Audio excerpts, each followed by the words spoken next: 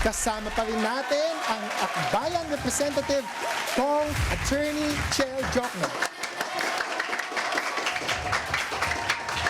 Magandang gabi ulit. Sulitin natin itong gabi, Kong. Kanina, ano lang yun, patikim lang yun. Akala mo, tough questions. Pero narinig ka na naming mag-object na galit. Aabangan ko yung objection mo in the actual trial kapag nangyari yun. Pero speaking of the impeachment, and kanina I mentioned your oral arguments which caused the issuance of the subpoenas for the bank records, etc. Of course, merong lumabas na splice video from one senator judge who is actually medyo quiet ngayon. Hindi siya masyado nagtanong this week, no? Because I assume of the heavy flack she got over the weekend. You had a statement about it. Eto, like question muna, Kong. Nagalit ba kayo? What was your first response nung, I'm sure pinakita sa inyo, Kong Chel Jokno, ito yung merong pinost, ganun. How did you learn about it? And ano yung instinctive reaction nyo dun? Nashock ako. I never expected that that would happen, especially coming from a member of the impeachment court. Kasi para sa akin, klarong-klaro naman yung nangyari. Kitang-kita naman natin lahat. Nung nakita ko yung splice video nga, sabi ko, bakit naman ganon? When something is so clear, I would never expect that to come from a member of the impeachment court. And just a quick refresher para sa mga nakikinig po, no, baka nakalimutan nila, the splice video kasi said na you were doing a fishing expedition kasi meron kang words na parang sinasabi nyo during the argument na nagbabaka sakali lang na may makuha. When in fact, no, and correct me if I'm wrong, let's also educate our viewers, you said that as an argument of what is fishing expedition, not necessarily your own argument. Tama po ba? Yun na nga talagang taken out of context, talagang namili sila ng ilang mga salita na nanggaling sa akin. Tapos ang pinalabas nila yung complete opposite ng actually na sinabi ko.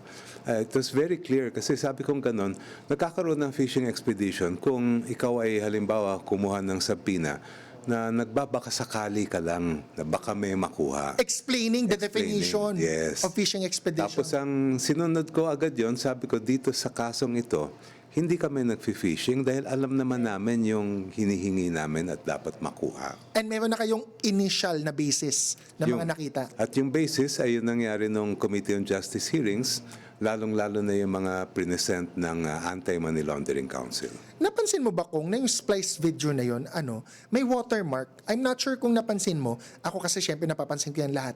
Na the page of Senator Pia Cayetano did not really create that originally. She got it, or her staff got it from a certain page called Bisaya Napud, which is a Bisaya language, no?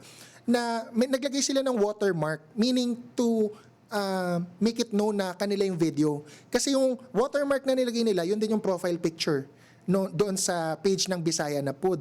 So my question to you is it okay for senator judges to be taking parang content from others without necessarily probably vetting it for themselves, tapos hindi naman nila original content na pinipost lang nila, pero yun, mas naging viral because the original page only had like 100,000 views. Etong kay Senator Pia, because she posted it on her page, it got like 5 million plus views.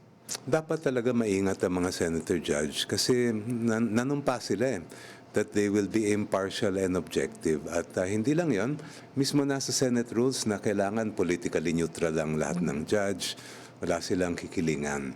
Kaya it should really be incumbent upon them to be extra careful.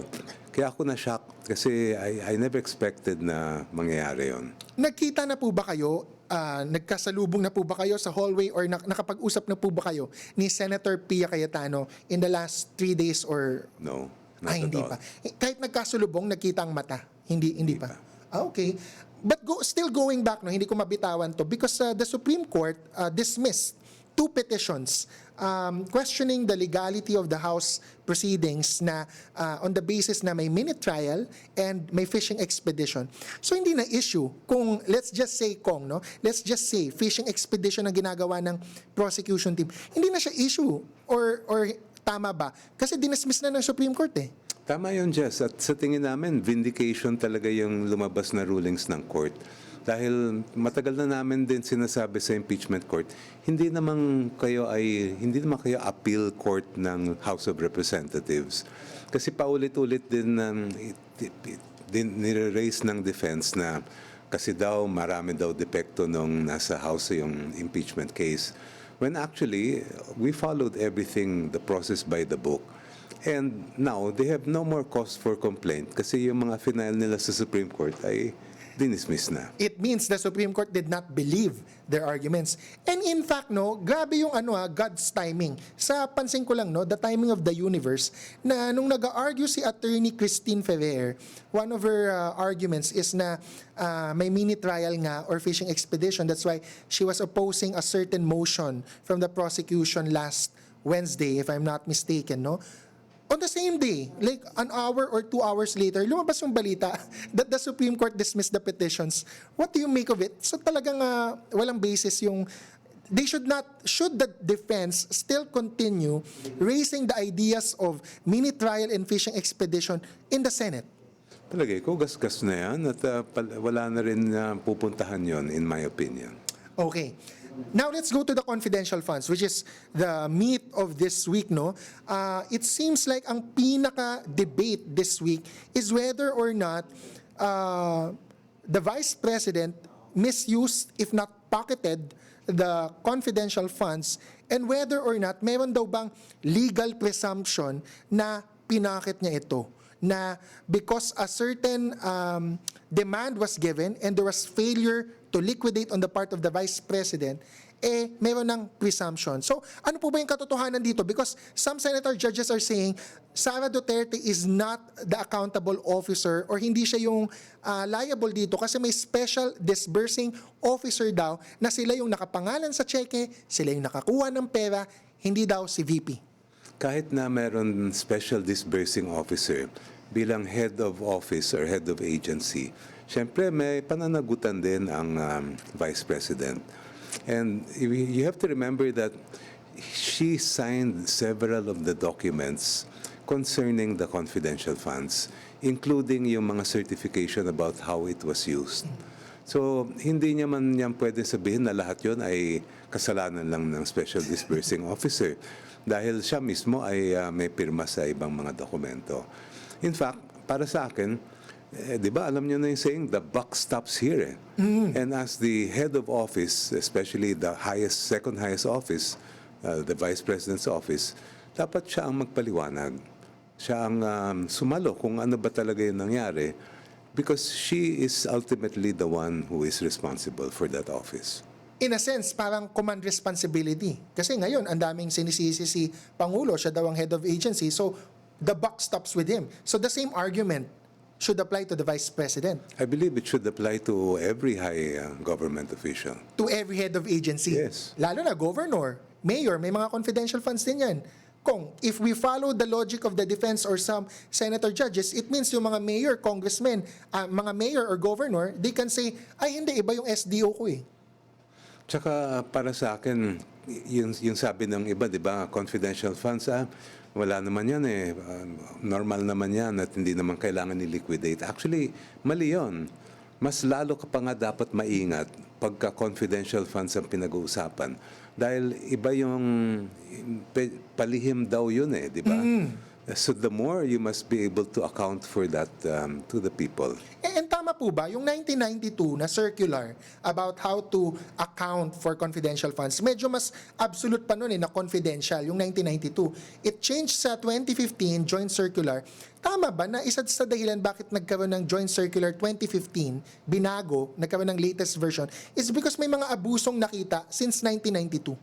Ang pagkaintindi ko, they really needed to make sure that maayos at pare-pareho ang pagtrato sa confidential funds. Kasi nga, ang nangyayari, parang iba-iba yung nagiging practice. That's why it's a joint circular. Yes. Kaya sabi ng iba't ibang ahensya, mula ngayon, ito na dapat ang patakaran natin. DBM, National Defense, COA, and I think 2 other agencies. Yes. But speaking of which, no, And this is a very viral counter-argument to the prosecution sa social media, no, or sa mga kababayan natin.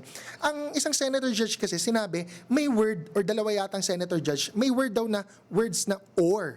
Head of agency or the special disbursing officer ang accountable officer. Medyo legalistic, no? Kasi parang namamadal yung definition. Ang exact argument ng senator judge, the accountable officer daw does not have to be the head of agency because may word na or. The head of agency or special disbursing officer. What's your answer to that? I think we should never lose sight of common sense when we are interpreting laws and regulations. Para sa akin, hindi may iwasan ng head of office na meron siyang accountability dahil siya ang head of office. At lahat ng dapat gumagalaw doon, lalong-lalo na kung ang pinag-uusapan natin ay hundreds of millions of pesos, ay hindi niya pwedeng sabihin na hindi niya alam. The buck stops with the Vice President and therefore she should be the one to be accountable and to explain how that funds were used. And sa aking research, no, pinintan nga din kita kong ng isang joint circular. So meron kaming copy dito po ng Joint Circular 2015. Sa aking pagbabasa dito, hindi totoo yung argument ng Senator Judge. Because ang definition dito, no, basahin lang natin, accountable officer refers to every officer whose duties permit or require the possession or custody of government funds and property and who shall be accountable for the safekeeping thereof. So yung sinasabi niyang argument na head of agency daw or special disbursing officer, wala dito. Alam niyo kung saan ko nabasa yung sinasabi niyang argument? Sa definition ng special disbursing officer. Ang sinasabi sa definition ng special disbursing officer, an SDO refers to the HOA, head of agency, or a regular employee. So mali. Kasi ang sinasabi niya, actually ito yung misleading talaga sa ilang mga senator judges who are acting like defense counsels. Parang pinapalabas nila, yung word na accountable officer has the word or. Walang nakalagay dito. It's actually about the special disbursing officer. So ang tanong ko dyan kung sa inyo as the prosecution team, what do you make of senator judges who argue for the defense, if not worse, parang sa splice video, create a misleading argument na parang sila pa yung nagpapahina sa kaso when in fact they're just supposed to assess and judge both arguments, not make the arguments themselves. Well, siyempre, nakakalungkot yun sa amin na pananaw. But at the same time, it's not something that we did not expect. Kasi alam din natin na political exercise ang impeachment. So meron siyang legal aspects pero meron din siyang political aspects. So that's something that in any kind of oral argument, yan ang isang pagkaiba sa court. At kasama din sa paghahanda dahil iba naman yung legal sa political. And a burning question din sa madaming mga nanood, no? Kasi may mga nakarinig na isang staff ng isang senator judge told the senator judge na, ipakontempt natin yan. I don't know if you've heard about this, no? Kasi merong isang witness, si COA Auditor Wamil, if I'm not mistaken, Roderick Wamil, attorney din siya. Parang nagkaroon ng sagutan, di umano. He was being accused na he was being argumentative with a certain senator judge. Tapos yung staff ng isang senator judge, yung senator judge na yon, binubulungan yung senator judge na, ipakontempt natin yan, ma'am or sir, di ba? My question to that is, because medyo nangyari na yan nung panahon ni Corona and ERAP, no? But you had Senator Miriam Defensor Santiago noon. What would happen if a certain witness was cited in contempt? Para bang sa Senate hearing yan na they would be held in custody or what would happen? Well, first of all, that ruling, if it's made by the presiding officer, pwede ang questionin ng any senator judge. Kung mangyari yun, kailangan magkakabotohan. Okay. So maaring ma-overrule ng majority yung naging ruling ng So hindi presiding likely? officer. So it's not necessary na tuloy-tuloy na mako-contempt siya. Pangalawa ay iba ang contempt sa court proceedings sa contempt sa Senate inquiries in aid of legislation. Palagi ko, mas stricto pa nga ang contempt sa court. Because when you speak of inquiries in aid of legislation, there's much more leeway given to the Senate. ang mga judge sa contempt of court sa court ay kailangan talaga yung mismong iniinsulto halimbawa ng witness yung judge o uncooperative, doon pwedeng mag-contempt. Okay, let's go back kung kanina may comment, no, sususugan ko, pasensya ka na kasi I'm sure madami sa mga nakikinig, ano din to, palaisipan sa kanila. May plano ka na ba for 2028? And if I may give context, no, syempre si Senator Risa is on her last term as a senator and she's also from Akbayan Party List. You were the first nominee and now a sitting congressman of Akbayan. You were able to top, or the party list was able to top the party list election number 1. So ang question kasi sa Akbayan is how can it sustain being the number 1 party list sa 2028? And of course kayo, kung si Senator Risa na ba ay last term, would it be possible na kayo naman ang tatakbong senador for Akbayan? And baka si Senator Risa, kung hindi man siya magpresidente, although meron ng mga ganong movement, mag-first nominee naman ng Akbayan. Sorry sa tough question Mainit na pinag-uusapan yan siyempre sa loob ng Akbayan. We want to continue our presence in the national government, both in the Senate and in the House. Ngayon, kung paano yun at kung ano mangyayari sa 2028, medyo malayo-layo pa yon. We are keeping all our options open. Ako mismo, kung ano man ang mangyayari sa atin, bukas naman tayo. At basta't ang importante, tuloy-tuloy yung paglilingkod at tuloy-tuloy yung pag-advocate for our issues. Okay. And syempre, may impeachment trial pa. Sobrang busy mo, no? At saka, Akbayan, in general, napaka-busy as a party list on so many issues. Talking about those issues, one of the issues I think Akbayan is strongly standing on recently is itong issue ng wage increase na may wage order. And yet, surprisingly, may lumabas na TRO from a regional trial court in Pasig City. Why is that unusual na may TRO na lumabas from Pasig City RTC against the wage order? Is that unusual? Yes, hindi lang siya unusual. Kasi mismo meron tayong provision sa Labor Code, Article 126, that provides that no court can issue a restraining order or injunction basta't mga wage order ang pinag-uusapan. Kaya nung una ko nakita yung balita, sabi ko, sigurado ba kayo dyan na talaga nag-issue ng TRO ang court? But may chance pa naman na i-correct yan mismo ng court na yon. O di kaya, pwede rin iakyat yun at questionin sa higher court. But so far, the TRO is effective even though on its face it seems illegal. Meaning, wala kasing wage increase na-hold yata. So far as far as I understand, andun pa rin, hindi pa rin nare-rescind ang TRO. At panawagan nga namin sa Akbayan yan na issue ito ng ating mga manggagawa. Dapat walang maging sagabal pag mag-issue ang Regional Wage Board ng mga orders na ganyan, automatic dapat implemented na. If it's so clear in Article 126 na bawal mag-issue ng TRO, so I would assume it's void on its face kasi jurisdictional issue siya, wala siyang power to issue a TRO. Tama po ba? Yes, but we would have to know from the parties kung anong mga ginawa nilang action. Dahil, siyempre, dapat agad-agad nilang i-raise yan either with the same court or sa Supreme Court. Okay. Ako ang masasabi ko na lang dyan, no? Ako lang naman to, hindi na ikaw, Kongchel, no? That seems like gross ignorance on the part of the RTC judge. Pasensya na, RTC judge, gross ignorance of the law. Kongchel, pasensya na. Ang bilis ng oras. Maraming salamat po sa pagiging game na pagsama sa amin ngayong gabi. Salamat po sa inyong suporta sa programa ito. Pero sandali. Shell ka muna. Kasi ako naman ang may tanong sa'yo. Baliktad na naman. Oo. Ito talagang mga staff namin, Babalikan ko yung tinanong mo sa akin kanina. Kailan ka ba nagagalit? Kailan ako nagagalit? Ayan, alam ng staff yan, kaya sasagot niyan.